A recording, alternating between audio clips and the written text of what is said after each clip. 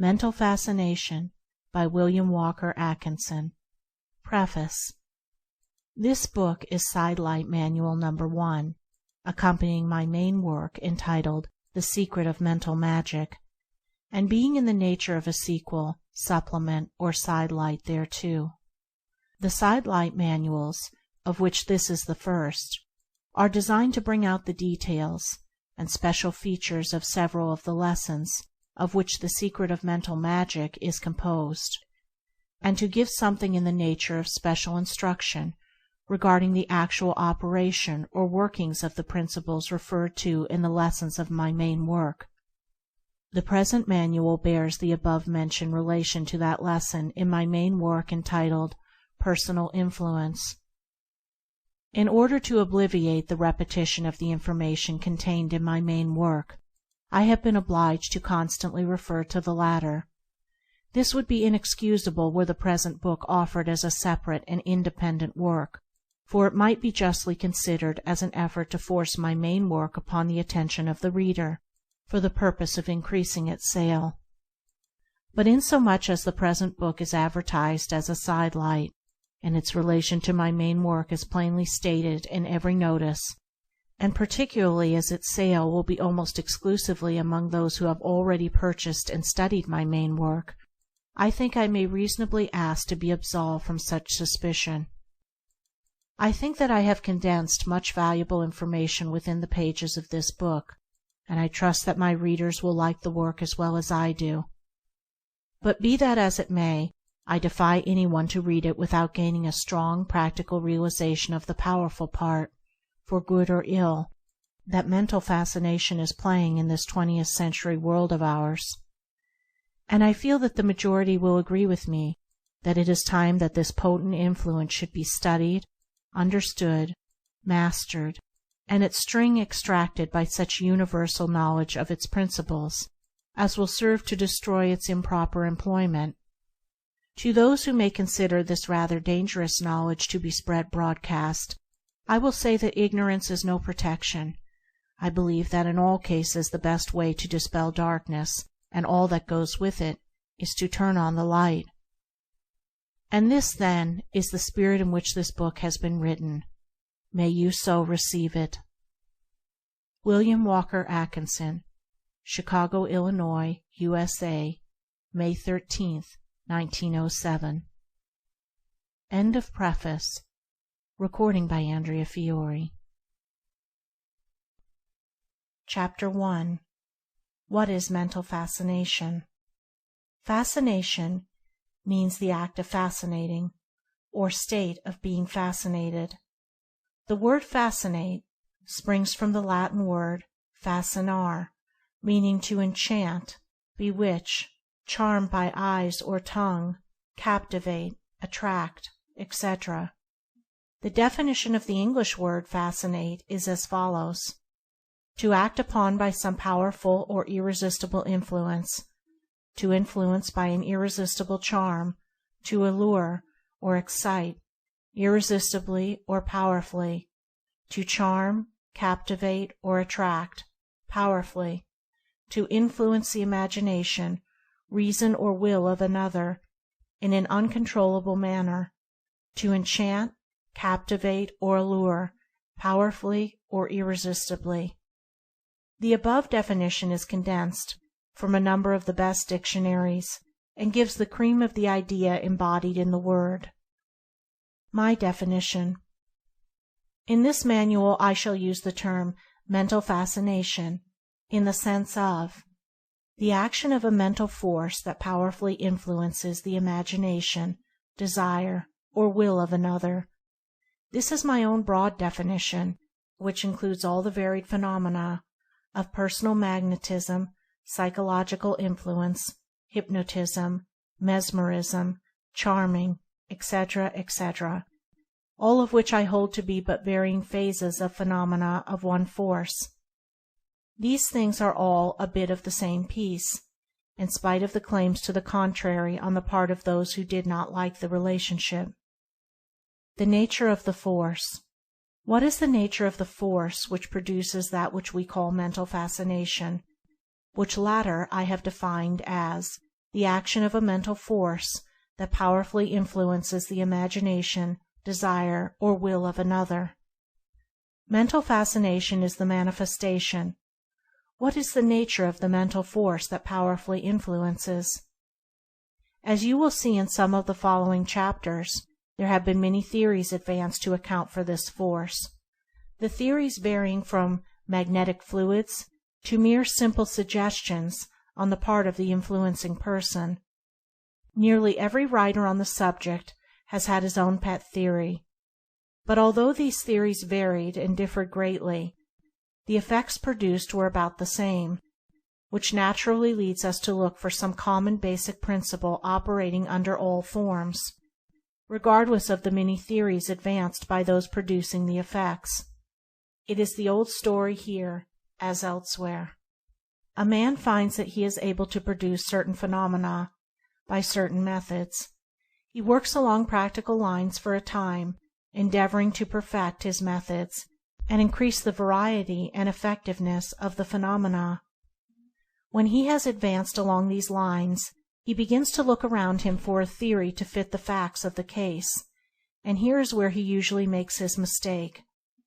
He evolves some fantastic theory, which seems to him to account for the effects produced, and then he endeavors to fit the facts into the theory.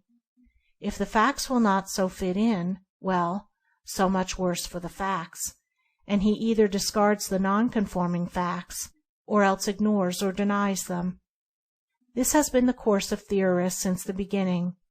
After a while, some man of a more scientific mind examines the recorded facts, and discovers the true underlying principle, and reconciles the differing theories of the original theorists by a new synthesis, which combines the true principles in all the other theories, discarding the pet hobbies or prejudices of the previous authorities. And so it is the case of mental fascination, as we shall see. The underlying theory. I shall not have much to say about theory in this book. I have explained the theory and principle underlying mental fascination in my larger book entitled The Secret of Mental Magic, of which this little manual is a sidelight. In that book I have explained the underlying force beneath all forms of mental magic, and mental fascination is one of those forms. It is the universal mentative energy, of which, and in which, each individual mind is a center of activity. I have also explained that the mentative energy of each individual mind is and may be transmitted from one person to another by means of mentative currents or waves, and that these mentative currents and waves tend to induce in the minds of other persons the emotions or feelings existing in the mental states of the person sending out the waves or currents. The mental poles. I have also explained that there are two mental poles, known as the motive and emotive poles, respectively, which manifest will-power and desire force, respectively. Desire force acts in the direction of drawing, pulling, attracting, luring, coaxing, charming, etc., while will-power acts in the direction of compelling, forcing, driving, impelling, commanding, demanding, etc. Desire always draws its object toward itself, while will always overpowers and compels its object, generally in the sense of driving it into action. In mental fascination both desire force and will-power are employed, generally in combination. Desire force has been called the feminine phase of mentative energy, and will-power the masculine, and in this as in everything else, the combination of those two qualities produces the most marked results. The student will be able to distinguish between the action of these two phases of the force as he reads the pages of this book, in which instances of mental fascination are given. That is all that I shall have to say about theory in this book, except where the various points are brought out in illustrating the examples given. I must refer my students to my Secret of Mental Magic for details of theory and principle. The present book deals with the how rather than the why. End of Chapter 1. Recording by Andrea Fiore. Mental Fascination by William Walker Atkinson. Chapter 2. Mental Fascination Among the Animals. Even before the human race was evolved, mental fascination was known instinctively to the lower forms of life. It is said that the cells in the blood of living things become aware of the presence of each other, at distances which must preclude any theory of ordinary sense awareness. Not only do they recognize or sense the presence of each other, but they seem to be attracted toward each other by some force, or fascination, which must operate along the lines of desire and will. Eminent scientists inform us that even the atoms manifest an attraction for each other, varying in degree according to the nature of the respective atoms. And the same authorities tell us that this attracting operates along the lines of a desire for each other, and a will, which causes them to fly to each other. Is it not reasonable to suppose that in this instinctive manifestation of attraction, and the response to attraction among the atoms, there is to be found the elemental principle of mental fascination? And are not the phenomena of electrical attraction and magnetic attraction related to the human phenomena by a long series of links in a grand chain? The two phases. But leaving the above questions without further consideration, we may find an abundance of proof among the higher forms of the lower animals. Among the animals we find many instances of the power of charming or fascinating, both of which I hold to be but varying forms of manifestation of mental fascination, as I use the term, i.e., the action of a mental force that powerfully influences the imagination, desire, or will of another. This mental fascination among the animals manifests along two lines, viz. 1. Along the lines of desire operating in the direction of sex manifestation, such as the winning of mates, etc., and 2. Along the lines of will operation in the direction of overcoming the prey of the animal, such as the charming of birds by serpents, or of the smaller animals by tigers, etc.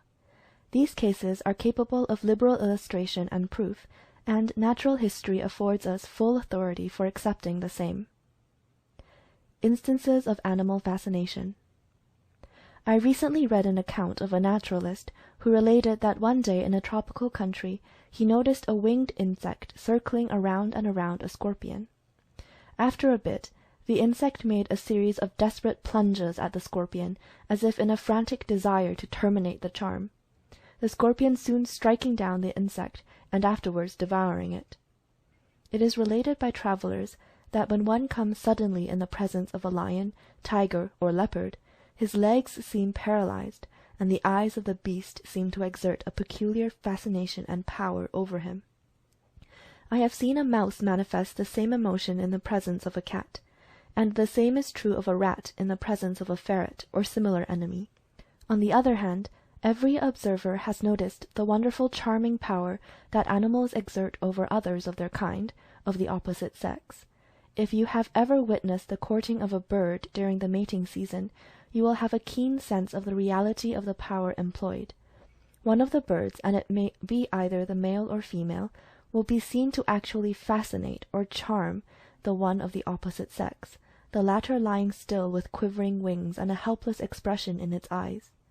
When compared with the attitude of the same bird when charmed by a serpent, the resemblance will be striking. Scientific testimony. I have before me a book written in 1847, which relates quite a number of instances in the operation of mental fascination among the lower animals. I will give you a few of them, condensed and abbreviated. Professor Silliman is quoted as stating that one day, while crossing the Hudson River at Catskill, he passed along a narrow road with the river on one side and a steep bank covered by bushes on the other side. His attention was attracted by the sight of a number of birds, of a variety of species, who were flying forward and backwards across the road, turning and wheeling in strange gyrations, and with noisy chirpings, seemingly centering over a particular point of the road.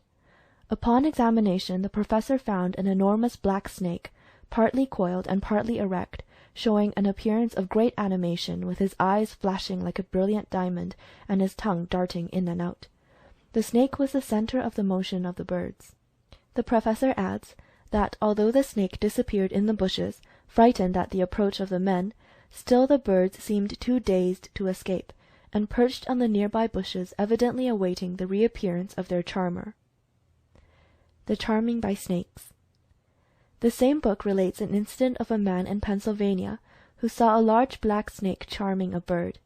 The bird described gradually decreasing circles around the snake, at the same time uttering piteous cries. It seemed almost ready to drop into the jaws of the snake, when the man drove off the latter, when the bird arose with a song of joy. Another case is related of a ground squirrel, which was observed running to and fro between a creek and a large tree a few yards distant. The squirrel's fur was badly ruffled, and he exhibited fright and distress. Investigation disclosed the head and neck of a rattlesnake protruding from the hole of the tree and pointing directly at the squirrel. The poor squirrel at last gave up the fight, and yielding to the fascination, laid himself down with his head very close to the snake's mouth. The snake then proceeded to swallow the squirrel, when his meal was interrupted with a cut of a carriage whip in the hands of the observer, and the squirrel, released from the spell, ran briskly away. Interesting instances. Dr. Good is quoted as having made quite a study of the curious fascinating power that rattlesnakes manifest over small animals, such as birds, squirrels, and young hares, etc. He relates that these animals seem incapable of drawing their eyes away from those of the snake, and, although seemingly struggling to get away, they still gradually approach the snake, as though urged toward him, or attracted by a power superior to their natural instincts. He goes on to state that the animals creep nearer and nearer, until at last it is drawn into the serpent's mouth, which has been open all the while to receive them. Dr. Barrow is quoted as relating many instances of this kind known to peasants in all parts of the world. Valiant, the African traveller, tells of an instance in which he witnessed a shrike at the very act of being fascinated by a large snake at a distance, the fiery eyes and open mouth of which was gradually approaching the bird, the latter manifesting convulsive trembling and uttering piercing shrieks of distress. The traveller shot the snake, but upon picking up the bird he found it dead, killed either by fear, or the power of the serpent, or perhaps by the violent breaking of the spell.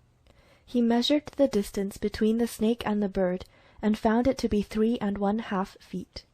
Strange stories. A case is related in one of the early reports of the Philosophical Society, in which a mouse was put in a cage with a viper by way of an experiment.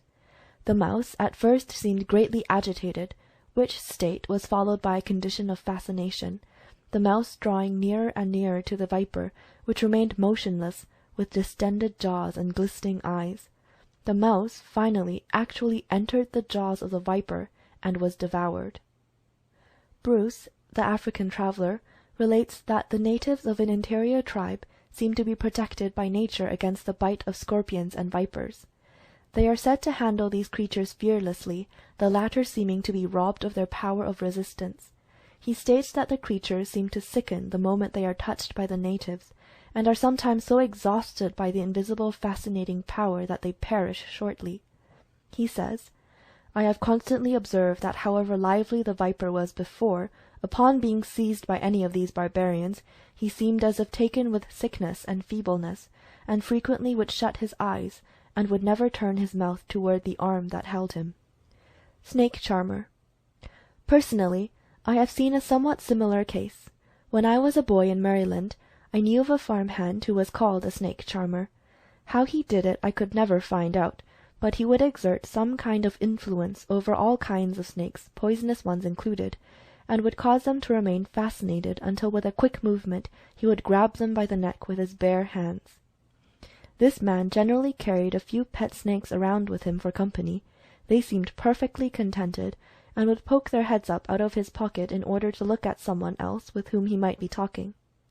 The negroes on the farm had a mortal terror of this man, and would walk a couple of miles rather than pass by his house. Fascinating fierce animals. The power of charming animals, dogs, and wild beasts is undoubtedly possessed by some men in varying degrees, and nearly everyone has known of men who could charm the wildest horses as if by magic.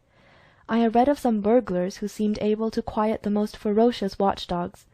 The Swedish writer Lindekrantz tells of certain natives of Lapland who are possessed of some process of charming dogs to such an extent that they have been known to cow the most savage greyhound, causing him to fly from them with all the signs of abject fear. Many of my readers have seen or heard of the horse whisperers, found in various parts of the country, who will shut themselves in a stable with a fierce horse, and by whispering to him will manage to tame him completely and make him passive to their will. Charmed by a snake. There are cases recorded in which men, who have been charmed by a snake, have afterwards given in their experience. One of these cases relates that a man was walking in his garden when he suddenly came into the presence of a snake, whose eyes gleamed in a peculiar manner. He found himself fascinated as if by a spell, and unable to withdraw his eyes from those of the creature. The snake, he stated afterward, seemed to begin to increase immensely in size, and assumed in rapid succession a mixture of brilliant colours. He grew dizzy, and would have fallen in the direction of the snake, had not his wife approached, throwing her arms about him and breaking the spell.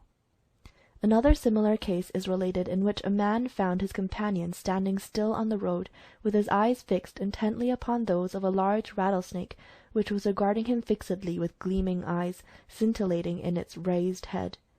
The man was leaning toward the snake, and would have fallen toward it in a few moments. He was crying feebly but piteously, "He will bite me! He will kill me!" "Sure he will," replied his friend. "Why don't you run away? Why are you staying here?" But the man seemed perfectly dazed and distracted, and could not answer. The companion finally picked up a stick and struck at the snake, which glided away savagely. The fascinated man was sick for several hours afterward. A personal experience. When I was a boy I had somewhat similar experience, although not nearly so serious.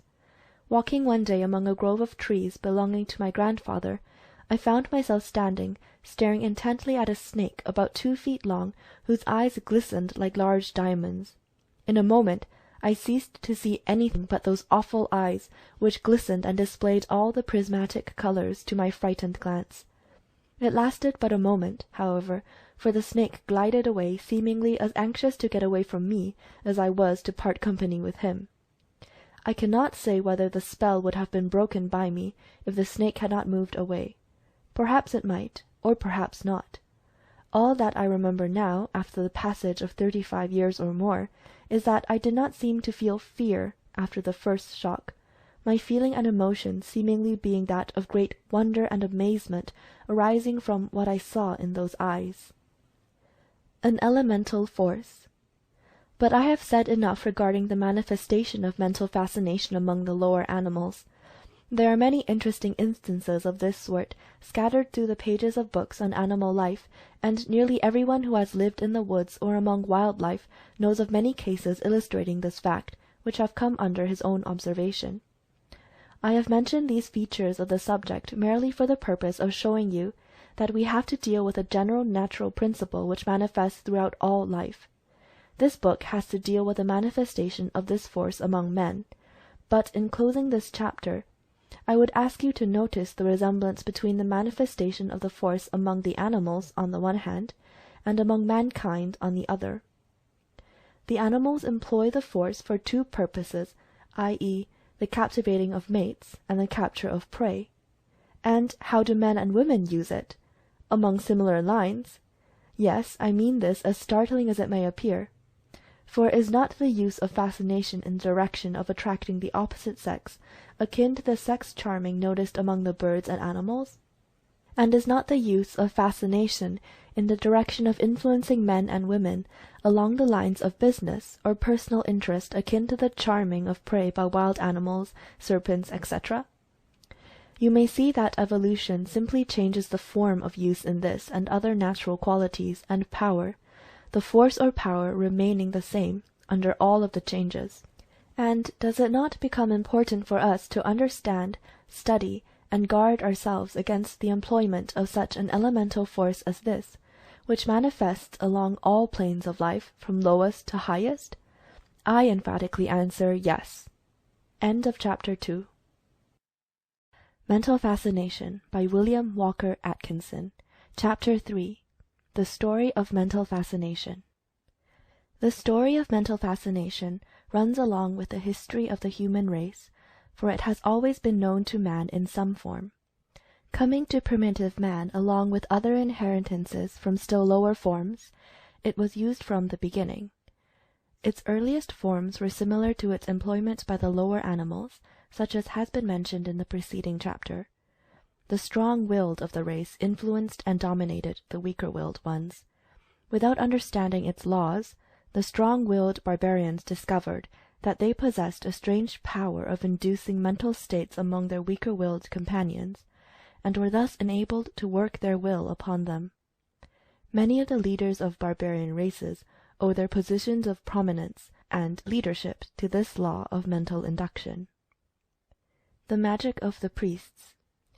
But along with the rise of leaders, there was manifested a similar rise in power and influence of the priests. All races have had their priests, and have today. A priest is a man whose office is that of a mediator between men and their divinities, one who claims to represent the supernatural entities in their dealings with men, a religious or spiritual middleman, as it were. I use this expression in all seriousness, and with no desire to sneer at the priestly offices, which have played an important part in the history of the race. The priests, not being occupied with warfare or agriculture, and by reason of their support being contributed by the people, found plenty of time to think, a somewhat rare privilege in the early days, and even in these times for that matter. And so there gradually arose among all peoples a priestly caste that possessed the bulk of intelligence of the race. These priests soon began to recognize the importance of the mental forces, and they studied the underlying principles and laws of operation. This, of course, gave them an additional hold on the people, and a power over them. There seems to be no doubt but that even in the early days of the race, the priestly caste held a very wide knowledge of the laws and practice of mental fascination. Mystic powers. In the heart of Africa today, we find the voodoo men, or conjurers, or medicine men, well versed in the application of mental fascination. It was known among the early American Indians, although their degenerated descendants seem to have lost the knowledge, except in a few instances. The power of the priesthood among primitive races is based almost entirely upon some form of mental fascination, and as we see the race ascending in the scale, so do we see the priests displaying a broader and fuller knowledge of the subject in question. The history of the Oriental races show that a full knowledge of the operation of mental fascination has been possessed by them for thousands of years. In the pictured stories of the Egyptians, the traces of which appear in the ruined temples and other buildings, we see that they understood the art perfectly. In ancient Persia and Chaldea, the art arose to great heights. In fact, among all of the advanced ancient races of men, we find an important place given to the subject before us. The Ancient Mysteries. Among the ancient mysteries, the various ceremonies of the temples of the early races, we see many instances of the use of mental fascination. Back of the rites and ceremonies was always the same underlying principle of mentative induction. In the early use of the force, its employment was largely along the lines of healing, which phase of the subject does not concern us in this particular manual, although it belongs to the general subject of mental magic. But still we read in the pages of early history of many instances of mental fascination, pure and simple. That which was afterward called mesmerism, hypnotism, etc., was well known to the ancients, and, in fact, some of the recorded results coming down to us from the past have never been equaled by modern experimenters. Some of the feats of the modern Hindu magicians, or fakirs, which will be mentioned in detail as we proceed, have never been equaled by Western hypnotists. The Tale of the Magi. As I have stated in Lesson 4 of Mental Magic, the name magnet given to the lodestone or natural magnet was bestowed by the ancients because the observed properties of the lodestone resembled the mental power of the magi, or esoteric priesthood of ancient Persia and Media. These priests were the magi, or wise men of the East, who had developed wonderful mentative powers and who were known as wonder workers. The word magic comes from the same source. When the attracting power and quality of induction of the lodestone were noticed, It was remarked that the physical phenomena closely resembled the mental phenomena of the magi, and therefore the lodestone was called the Magian stone, or the magic stone, from which sprung the terms magnet and magnetism. As the centuries rolled by, and the Western world had its attention called to the mysterious phenomena of mesmerism, etc., in the 18th century the public mind instinctively connected the phenomena with that of magnetism, and the terms animal magnetism, personal magnetism, etc., came into general use. And these terms persist to this day, and we hear the terms very magnetic, lacking magnetism, magnetic personality, etc., etc., as applied to people. And so history worked out an instance of the law of compensation. The magnet, which took its name because its properties resembled the phenomena resulting from the use of mentative influence by the magi, repaid the debt after many centuries, and served to give a name to mental manifestations resembling those of the magi in the dim past. The magnet gives back to the modern magi the name it borrowed from the magi of ancient Persia. This is an interesting bit of occult history, little known to the general public. Julius Caesar's fascination. Ancient history is full of instances of the operation of mental fascination among the people of the early days. It is related that Julius Caesar, while quite a young man, fell in with pirates near the Isle of Rhodes, who captured his ship and took him prisoner. They held him for several weeks while awaiting the ransom money being raised by his relatives. Plutarch writes that while the young Caesar was a captive of the pirates, he asserted his mastery over them to such an extent that he seemed a ruler rather than a prisoner. When he wished to rest or sleep, he forbade them to make any noise, and they obeyed him without question. He abused them and ordered them around like servants, and they did not seem to disobey him. He did not hesitate to threaten them with death when he regained his liberty, and they did not resent it, and he afterward made good his threat. The mystic power of Alcibiades. It is related of Alcibiades the Athenian that he once made a bet with some of the young Athenian nobles that he would publicly box the ears of Hipponicus, a venerable and greatly respected citizen. Not only did he bet that he would do this thing, but he also claimed that he would afterward compel the old man to give him his favorite daughter in marriage. The day following, when Hipponicus came out, Alcibiades walked up to him and gave him a resounding box on the ears. The old man seemed dazed and bewildered, and retired to his home. A great public outcry arose, and the young man seemed likely to fall a victim to the indignation of the citizens.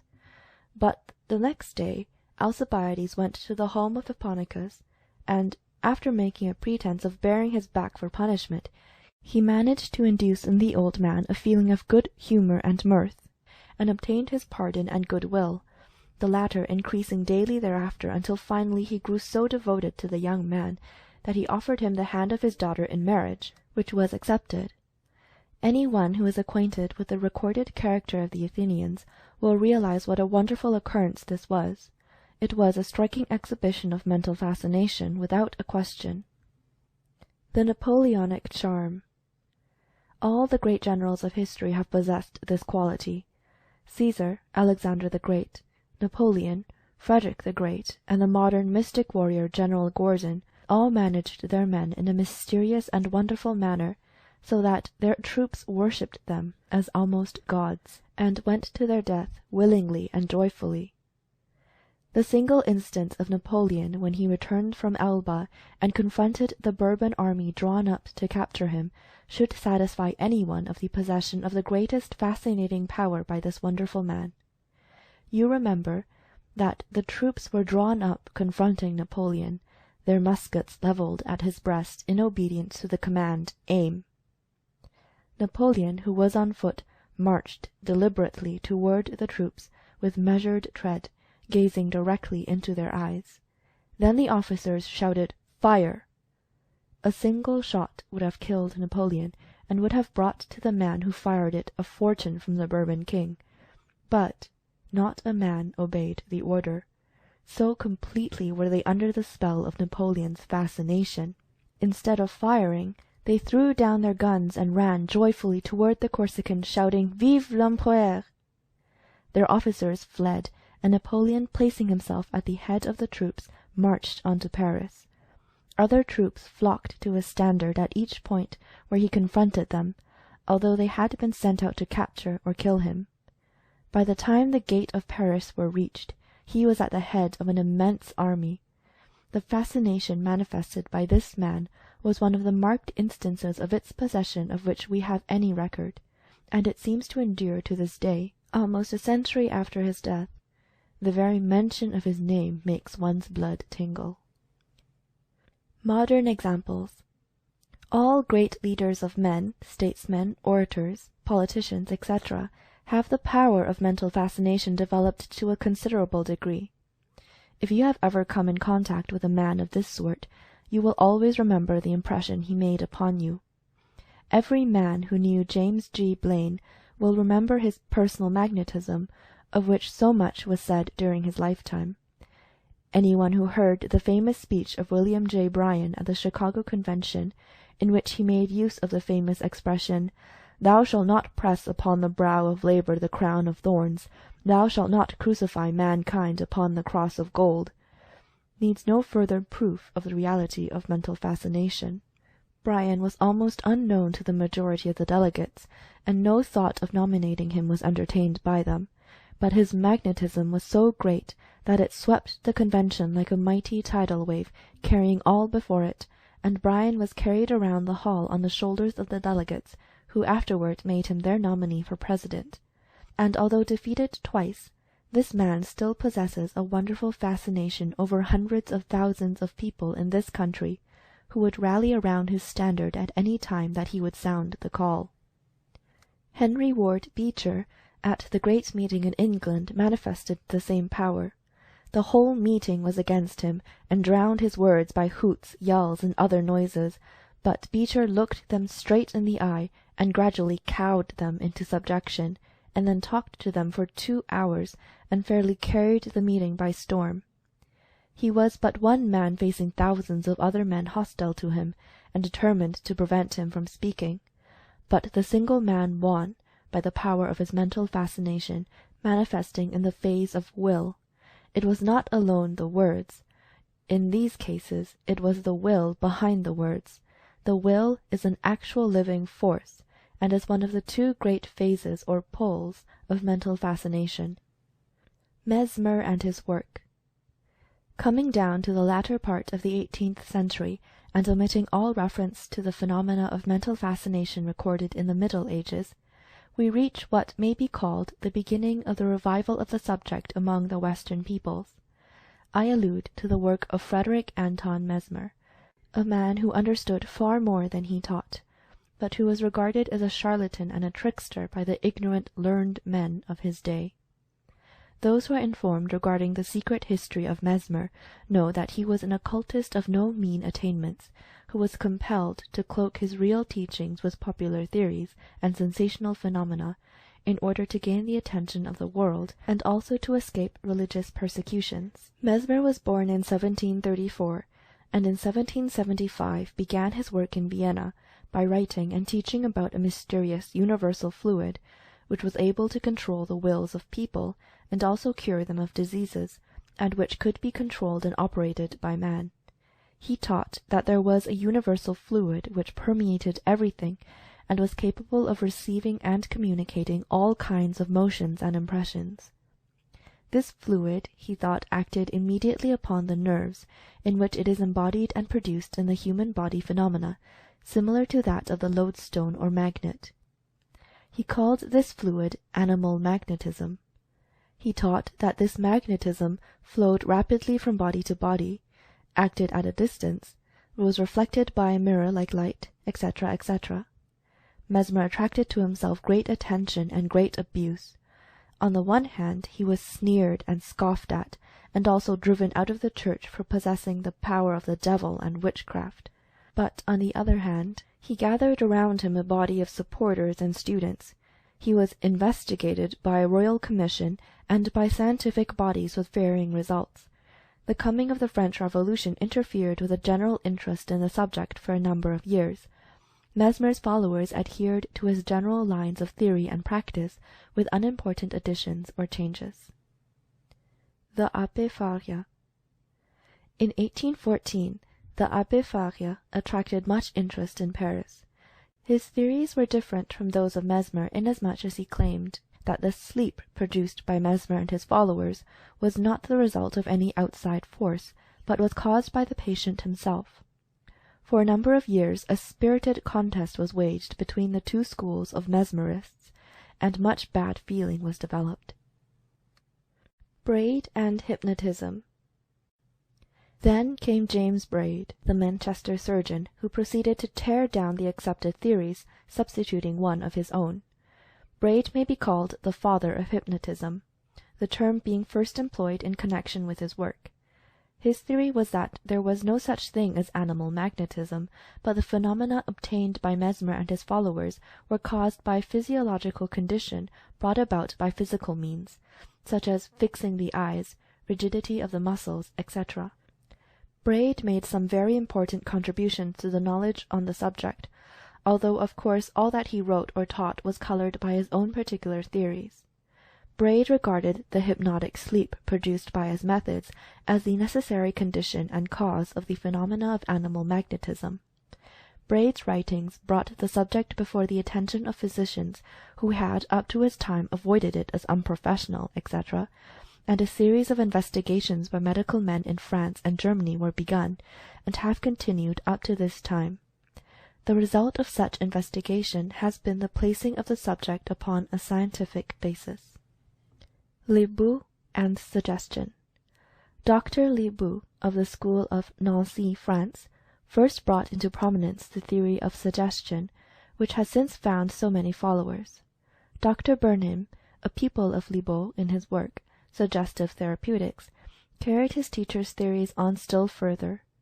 The theory of suggestion, as taught by Lebu and Burnham, was that the cause of the phenomena of mesmerism and animal magnetism, etc., lay in the verbal suggestion or verbal command of the hypnotist to the subject, given and received while the subject was in a deep hypnotic sleep. This hypnotic sleep was considered to be an essential and fundamental prerequisite of the phenomena. It was all sleep, with the teachers, students, and investigators at that day, and the majority of them are still under the spell of the old teachings. Burnham's mistake. As an instance of how near a man may come to a thing and still miss it, I may mention that Burnham has recorded that in rare cases, where the conditions were exceptionally favorable, he could obtain results even when the subject was not asleep. But he missed his opportunity of following up this promising lead, and to the end he proceeded upon the belief and theory that the hypnotic sleep was a necessary precedent to the phenomena obtained. He endeavored to produce the condition of deep sleep, or profound hypnosis, believing that the same was a necessary condition for suggestibility. The very word hypnosis arises from the Greek word meaning to lull to sleep. So you can see how deeply this idea of sleep was and is among hypnotists. Remember this always, please. Hypnosis means a condition of sleep, so never use the word in any other way. Mental fascination is not hypnosis, although hypnosis is a form of application of mental fascination. The New School. During the past 10 years or so there has arisen a new school of investigators of the phenomena of mesmerism, etc. This new school proceeds upon the theory that the hypnotic sleep is merely an incident, and that all the phenomena obtained by the earlier authorities is possible without the production of a sleep condition. In other words, sleep is not a necessary condition of suggestibility. This brings a new school of the suggestionists very near to the occult idea of mental fascination, although there are some radical differences, as I shall show in a moment. In 1884, Dr. Bremand announced that he had made the discovery that there is a fourth hypnotic state, which he called fascination, which left the subject in full consciousness of his surroundings and remembrance of what had taken place. If Bremand had only had the courage to omit the fetish word hypnotic from his statement, he would have founded a new school, but he didn't. The German Frohman wrote a large book on the subject of fascination, which he defined as hypnotism without the putting to sleep. The truth about suggestion. Some of the best work along the without sleep hypnotism has been done by American experimenters and investigators, principally physicians, nearly all of whom believe that suggestion is the explanation of the whole thing, and that there is no such thing as a passage of mental currents. These suggestionists hold that the subject acts upon the command and suggestion and does what he is told, and that is all there is to it. The suggestible condition to them means a condition in which the subject yields up his whole attention to the operator, and thus becomes suggestible, the degrees varying with the temperament, etc., of the subject. While the suggestionists believe that suggestion is a whole explanation and cause, I hold that it is but one of the methods of producing the effects, and that back of suggestion is the induction of the mental state by the suggester, as I have stated in my work on mental magic, and as I shall bring out in the present manual. Personal magnetism. Along with the new theories of suggestion without sleep, there has arisen a great interest in personal magnetism during the past few years. There has been much written on the subject, some good and some ridiculous, and some between the two extremes. The laws of the subject are being studied by the thinking public. There has been a great revival in the interest in occultism, which, together with the various phases of mental science, theosophy, new thought, and kindred subjects, has attracted the attention of a large portion of the public to the general subject of mental magic, and to the special subject of mental fascination in particular. And this manual is written in response to the present demand for definite information on the subject. I feel sure that I will be able to show you that the law of mentative energy, in its operation along the line of mentative currents, as stated in my book on mental magic, will account for all the phenomena mentioned above in the history of the general subject, as well as many other forms. I believe that I can bring it all under the definition of the action of a mental force that powerfully influences the imagination, desire, or will of another, which is my definition of mental fascination. End of Chapter 3. Mental Fascination by William Walker Atkinson. Chapter 4. The Reconciliation. In my last chapter I have shown you the opposing theories of the various schools which have investigated and experimented along the lines of mental fascination under some of its many names. All of these schools obtained results, notwithstanding their varying and diametrically opposite theories, the same kinds of results, remember. And more than this, they all obtained these results in very much the same way, when we come to examine the essence of the procedure, after discarding the forms added to fit in with the particular theories of the practitioner. A new synthesis. I believe that all the opposing theories of the schools may be reconciled by a new synthesis, that of mentative energy with its incidental phenomenon of mentative induction, as set forth in my mental magic, and further expounded in this little manual of which this chapter is a part. I believe that theories so far divergent as Mesmer's universal magnetic fluid, Abi Faria's sleep, Braid's hypnotism, Bovie Dodd's electrobiology, Leiboldt's suggestion, Bernheim's suggestion, the later suggestion without sleep, Brehmen's fascination, and the various other theories advanced since the time of Mesmer, can be reconciled and harmonized by a careful application of the theory of mentative induction as advanced in my work on mental magic. And I believe that all the phenomena obtained by any and all of the above schools, as well as the phenomena of the ancient fascinators, and the phenomena known as personal magnetism, charming, personal influence, magnetic personality, etc., etc., of ancient and modern times, may be accounted for by the same theory. And so this chapter shall be devoted to the reconciliation of the various old theories with this basic principle of mentative induction. Mesmer explained. Let us first examine the real facts underlying Mesmer's theory of the universal magnetic fluid. Mesmer taught that there existed a peculiar subtle fluid, magnetic in its nature, which was diffused throughout all space, which permeated everything, and which was capable of receiving and communicating all sorts of motions and impressions. He taught that this fluid flowed freely from one body to another, acted at a distance, and could be reflected by a mirror, etc. He did not explain what this fluid was, except that it produced magnetic effects, and must therefore be magnetic in its nature. He proved that he could produce effects, and he gave out a theory to fit in with the facts, and that was within the comprehension of the people of his time. Now let us apply the idea of universal mentative energy, with its incidental phenomenon of mentative induction, to Mesmer's theory, and see how easily the reconciliation is effected. The mentative energy, like Mesmer's fluid, is universal, is diffused through all space, permeates everything. Like the fluid, it apparently passes from body to body and communicates impressions, etc.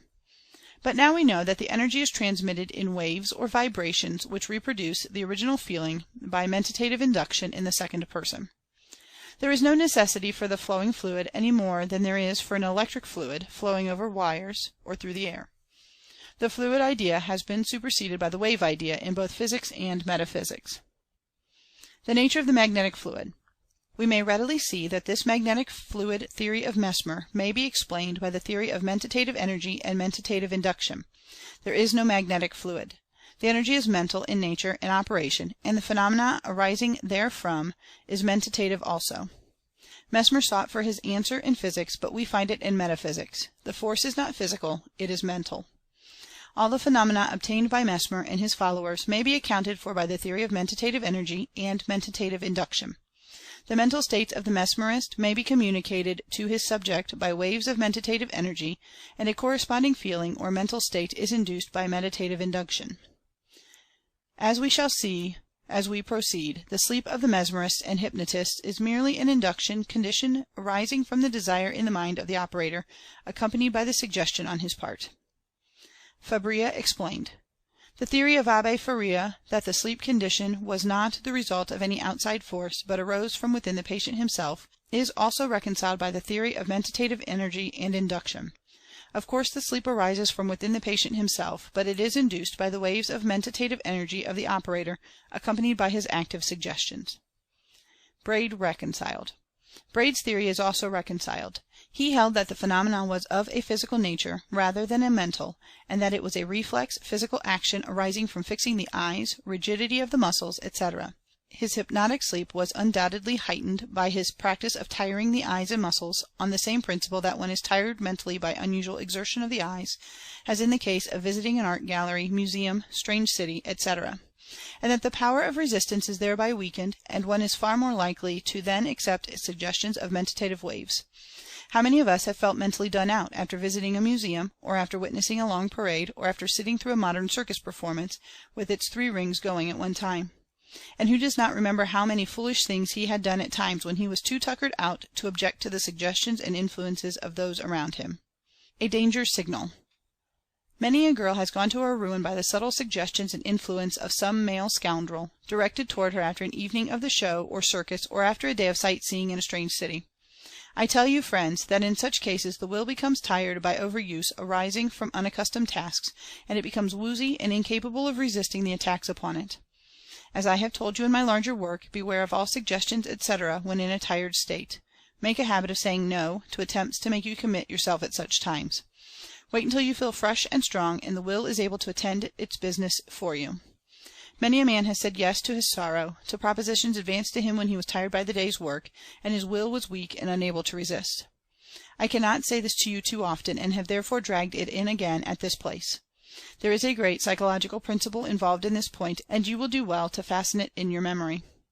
Braid's theory may be reconciled to the idea of mentative energy and induction, when we see that his eye fixation and muscular rigidity is merely the means of producing a suggestible condition, that is to say, a condition in which suggestions are more readily accepted, and mentative currents are more readily received, in both cases the tired will allowing the outside influence to enter.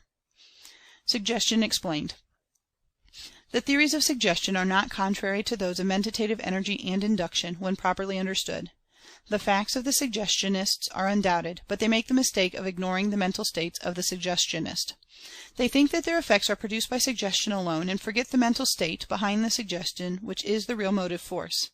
If their theories be true, why is it that 2 men using the same words of suggestion upon the same subject produce varying degrees of effect? It is because the mental states or dynamic mentation of the 2 men vary in quality and degree. The suggestionist thinks that he is merely directing his suggestion by words, etc., toward the subject, but all the time he is pouring out a current of mentative energy which rapidly induces the desired mental state in the subject. The best suggestionists are those who have acquired the suggestive manner, which is developed by the exercise of authoritative utterances and commands, the physical appearance, manner, and tones arising from a reflection of the mental state within. I have seen this in the case of one of America's most celebrated suggestionists, a prominent physician and scientist with whom I was associated in magazine and other work in the years 1900 and 01. I have seen the doctor giving the most powerful suggestions at one of his classes or clinics. So powerful were the emanations of mentative energy, or currents of the same, that the members of the class could distinctly feel the same, and at times could almost see them. And yet the doctor, who was wedded to his particular theories of suggestion, pure and simple, after such a wonderful manifestation, would calmly inform his class that it was nothing but suggestion, nothing more to it. And he believed it, but hundreds who attended his classes went away more firmly convinced than ever that there was something more to it, and that there was a cause behind his suggestions. The theory of suggestion is all right, but what lies back of suggestion? What gives the suggestion its force? Of what inner and invisible thing is the suggestion the visible and outward sign? Mentative energy. In harmony, harmonized. And my theory of mentative energy and induction may be reconciled with the theories of the later suggestionists, including those who still adhere to the sleep delusion, as well as those who have advanced beyond it. And it explains all the phenomena of the ancients, with the religious and mystic rites. The phenomena of charming, fascination, personal magnetism, personal influence, etc., is all embraced under the theory advanced in this work, and my larger work which preceded it. As we proceed with this work, we shall see the mentative energy and mentative induction in actual active operation in these various phases of phenomena, but I trust that this chapter will have shown you that there is one principle underlying all of the various theories and phenomena, and that the facts of mentative energy, and the operation of the same in its phenomenal incident of mentative induction, are sufficient to include and cover all of the varying manifestations of the force observable under the disguises of the conflicting theories of the various schools and cults. There is but one underlying cause, and that is mentative energy. There is but one underlying law of the operation of this force in the direction of affecting other minds, and that law is mentative induction, either direct, i.e., by mentative currents, or indirect, i.e., by suggestion, or, as is generally the case, by both combined. End of chapter 4.